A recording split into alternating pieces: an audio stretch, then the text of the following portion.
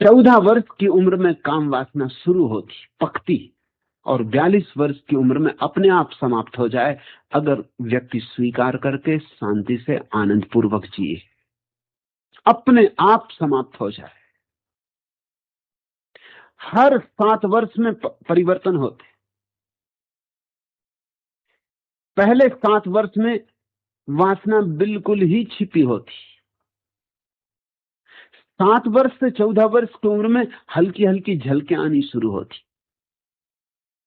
समझ में नहीं पड़ता बच्चे की कि क्या हो रहा है, लेकिन हल्की हल्की झलकें आनी शुरू होती, उसमें उत्सुकता जगने लगती। 14 वर्ष में 14 वर्ष की उम्र तक वासना पक जाती, प्रकट होने को तैयार हो जाती। मगर हमने जो व्यवस्था बनाई है वो बड़ी बेहूदी अवैज्ञानिक है। जब बच्चा काम वासना से तैयार हो जाता है 14 साल का, तब हम उसे दमन शुरू करवाते।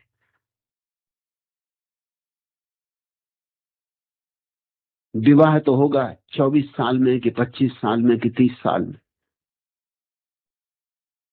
14 साल से लेके और 24 साल तक 10 साल के फासले में वासना का क्या होगा?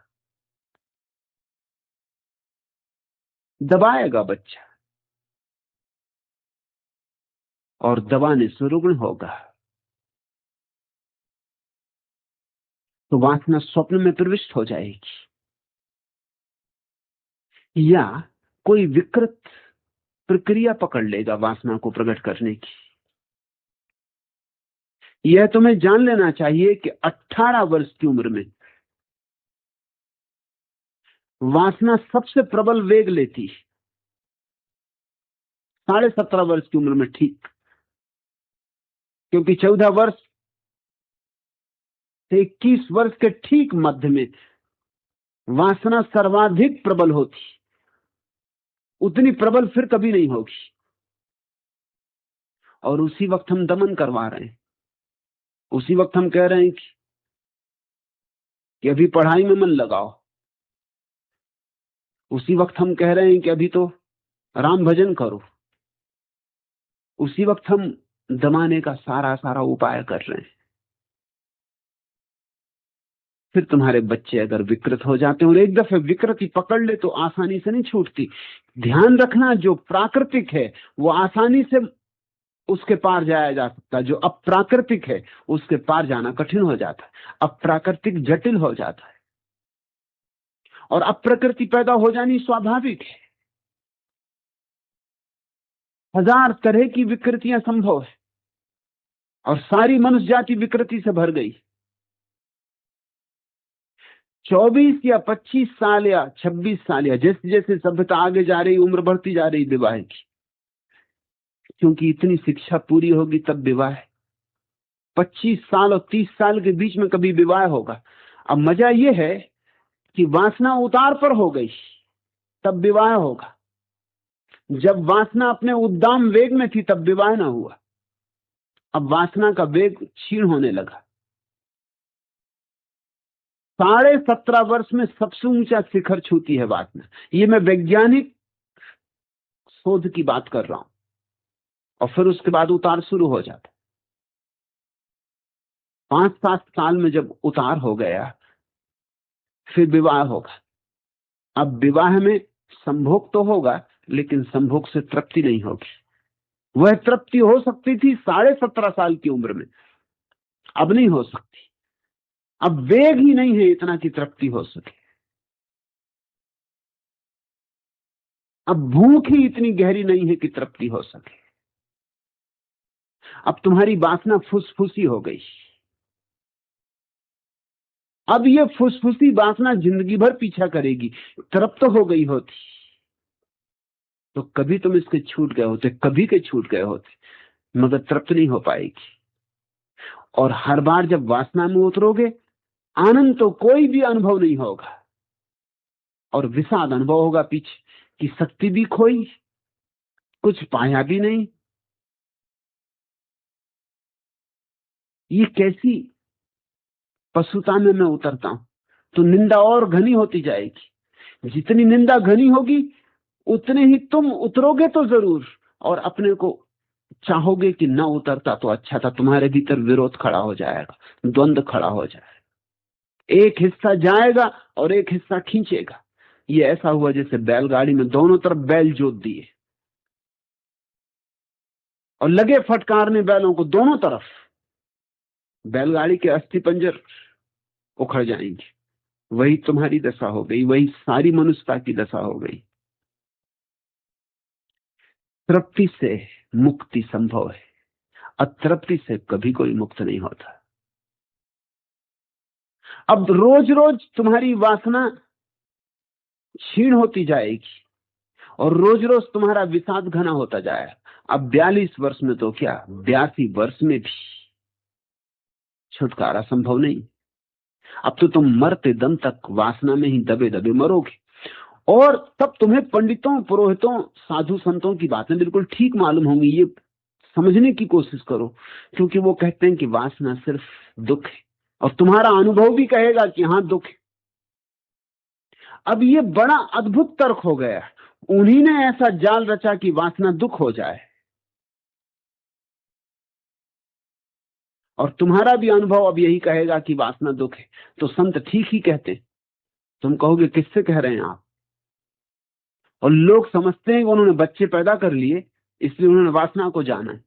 बच्चे पैदा करने के लिए वासना जानने की कोई जरूरत नहीं। बच्चे पैदा करना तो इतना सरल काम है, गधे घोड़े भी कर रहे हैं। इसलिए कोई जानकारी या होश की जरूरत नहीं है। बच्चे पैदा करना तो इतना सरल काम है जैसे बटन दबा के बिजली जला देना। लेकिन क्या तुम समझते हो कि बटन दबा के बिजली जला ली तो तुम समझ गए कि बिजली क्या है?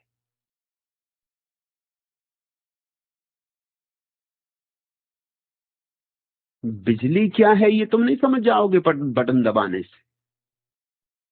बिजली को जानना तो एक बड़ी गहन यात्रा है, बड़ी लंबी यात्रा है। अभी भी वैज्ञानिक रहस्य को खोल नहीं पाए हैं कि बिजली क्या है। उपयोग सीख गए, बिजली से हजार काम लेने लगे, लेकिन बिजली क्या है इसका उत्तर अभी विज्ञान के पास नहीं।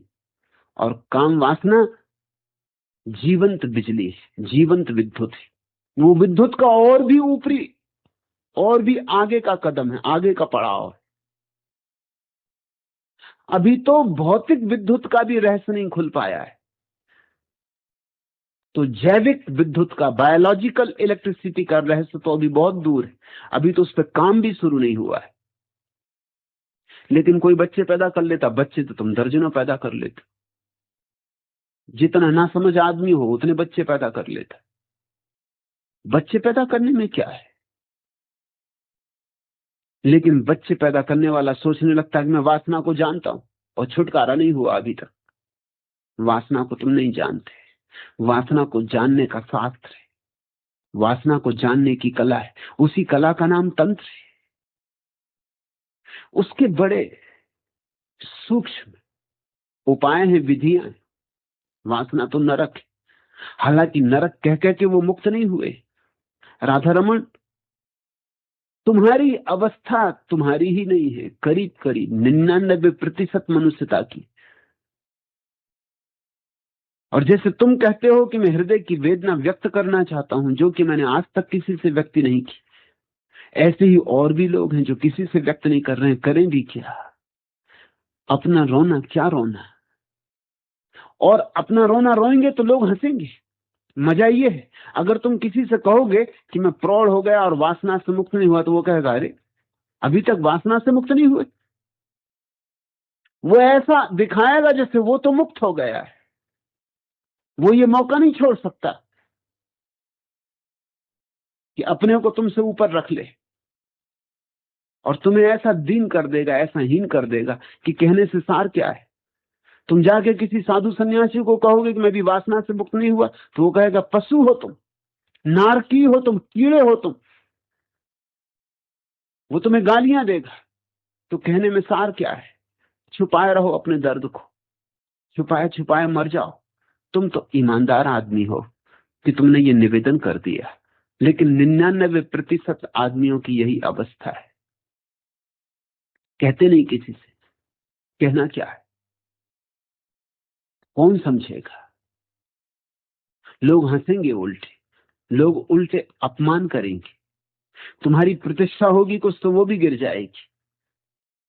यहां तो प्रतिष्ठा उनकी है जो दावेदार है। दावा झूठा हो कि सच, इससे कोई सवाल नहीं।